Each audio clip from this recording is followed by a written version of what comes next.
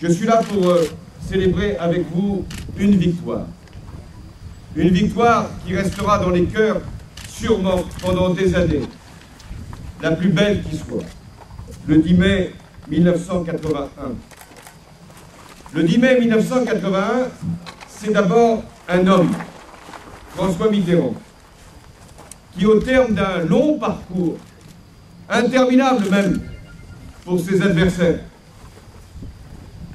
fait de vaines tentatives et aussi d'épreuves qu'il avait réussi une à une à surmonter, où il devient le premier socialiste de la Ve République à devenir président.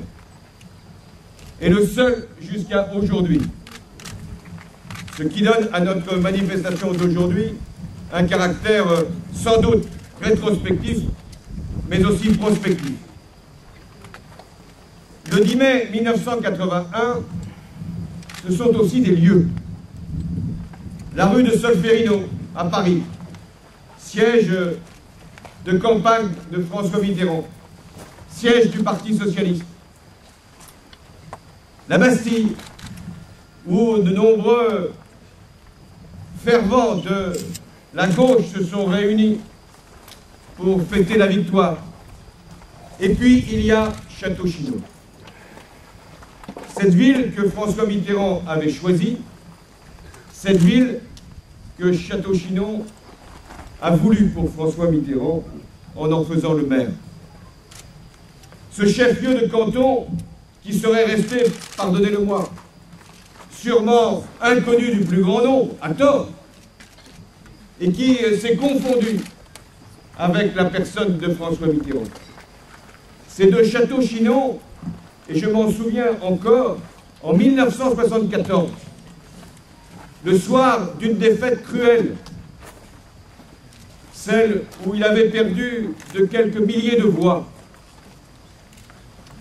où il s'adressa à nous, au-delà de votre ville et de votre département, pour nous dire, alors que nous étions découragés, que notre victoire était inéluctable. Et c'est aussi de Château-Chinon, 7 ans plus tard, qu'il s'est adressé au pays. Et cette fois-ci, pour la première fois, comme président de la République.